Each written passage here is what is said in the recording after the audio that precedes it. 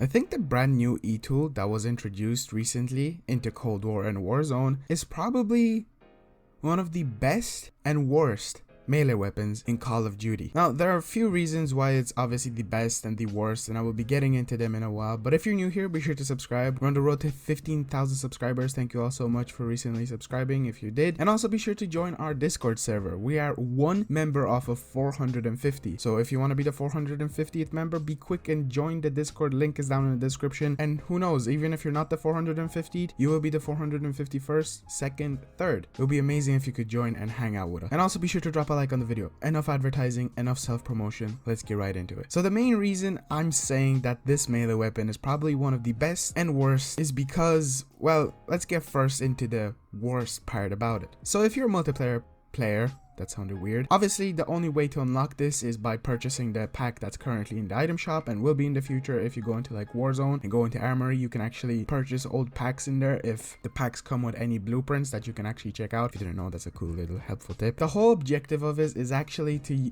get 3 kills without dying in 15 different matches. If you really need any kind of helpful tips, I do also have a video that I made about this and I will link it down in the description. So go ahead, check that out. I gave you some helpful tips and tricks here and there. But once you unlock this melee weapon, either you purchase it or you unlock it through the painstaking process of going through those 15 matches and trying to get a 3 kill streak, you'll find out that in multiplayer, this is not a good melee weapon. It is 2 hits, not 1 hit, not like every other melee weapon that currently is in the game, the combat knife, sledgehammer, machete, and wakizashi sword, which obviously some are slower than others and some have better range than others, but they all one shot. And now the shovel E-tool is 2 hits. But that's not the point of this video. I want to talk about this weapon in zombies. See, there is currently the best weapon in zombies, which is the Howler, and a lot of people can agree with this aside from the wonder weapons. But if you're a melee person and you like to spawn with the melee weapon to maximize your points, the E-tool is the way to go.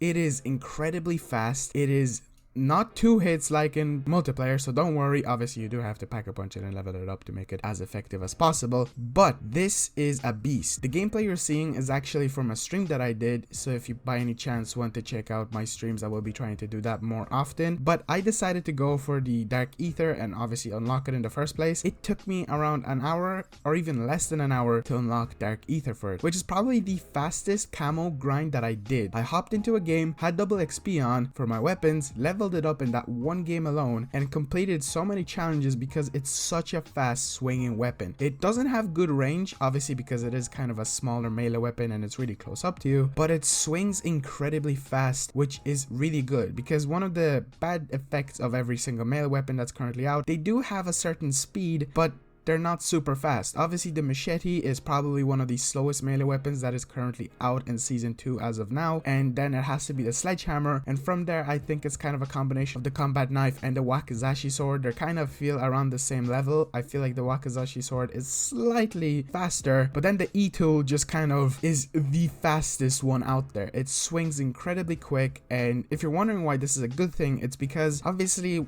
melee weapons are close range. You don't want to have zombies hitting you. You don't want to have zombies continuously taking off your armor, taking your health down. You want to be able to survive as long as possible with a melee weapon, again, to maximize your points. And just in general, if you're going for camos, you don't want to get hit to down. But with this, if you have a gang of zombies or a group of zombies, you will be able to take out that group relatively easy with this melee weapon. From my experience with the knife and the wakizashi sword, sometimes there's an animation where you walk up or kind of teleport to the zombie and have this animation that kind of makes you stand by those zombies longer than you would with the E-tool. The E-tool doesn't have this kind of animation. It's swinging and killing. It doesn't have the best range, as I already mentioned, which is the only disadvantage in zombies. What makes up for that is definitely the speed and obviously the damage that you do on the zombies. Again, pack-a-punch, level up, that's always the kind of main thing. They're only effective without pack-a-punching and leveling up to like 14, and then from there, obviously, just be on top of that if you want to try this bad boy out. But if you're planning to unlock this for multiple multiplayer to get DM Ultra on it, it definitely will be a painful process, and I can already see a lot of people making guides on how to get the E2 Gold or DM Ultra in multiplayer. Personally, I haven't even attempted to go for DM Ultra yet, but I will probably in the future, and I want to get every single weapon that camo, so I will definitely have to go through the E2 in multiplayer, but for now, thankfully I don't. And if you want to get a Dark Ether, it's super easy, it looks super cool. That's kind of it for the video. Hope you guys enjoyed. Again, as I've mentioned, be sure to subscribe, like the video, and join the Discord server. That would be very much appreciated. And also, I will be streaming more often now because I kind of want to interact with you guys more. If you want to hang out in streams and stuff, I think I'll be going for a high round on Outbreak now in most of my streams. I kind of want to attempt that and be at least round 17, which is currently my highest. And I'll also be playing with you guys, so if you want to hang out, play with me and things like that, be sure to pop into the streams. Anyway guys, hope you enjoyed. Subscribe, like,